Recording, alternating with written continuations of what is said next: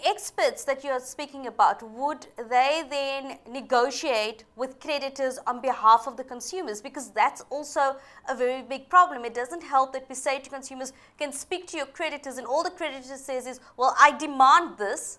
The consumer's in no position to pay it. They say, yes, I'll do it, simply because they're so scared and so intimidated, and then the next month they skip the payment.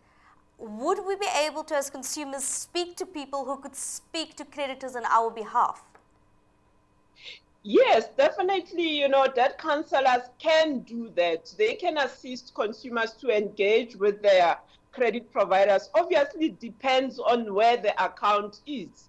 If the account is in the legal process, mediation works the best, because now you are speaking to legal people outside of the credit provider, and that is a different engagement. Okay, can I just stop there? Magauta? So you're saying that if there are consumers who have accounts that are in arrears but that have been handed over to attorneys, it's better for them to go the mediation route as opposed to the debt counselor route?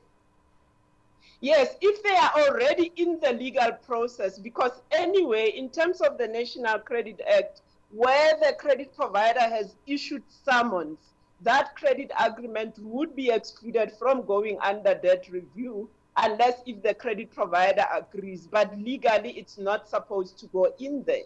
And that's where we find that mediation is very successful, because instead of going to court, a consumer can use a mediator, which is a cheaper process, it's a quicker process to resolve any issue with the attorneys representing the credit provider. And we find that usually attorneys are amenable to come into an amicable arrangement with the consumer, but a lot of the time consumers don't know how to engage at that level. That's very interesting. I don't think very many consumers actually know about the process of mediation that is available to them. I think we've just been so focused in the country on debt counseling, which does work, but it's not always the correct option for everybody.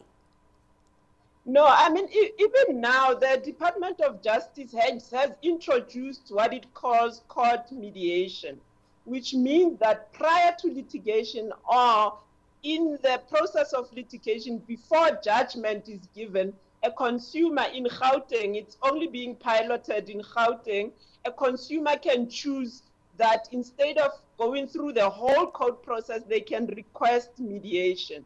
So there are people that have been appointed, including myself, as accredited court mediators that can assist, with things like car repossession, sale in execution. You can do it in court, and that agreement can then be made a court order which protects all the parties. So it's not something that's just happening on its own. And can one assume that this process is a lot less costly than going through an attorney?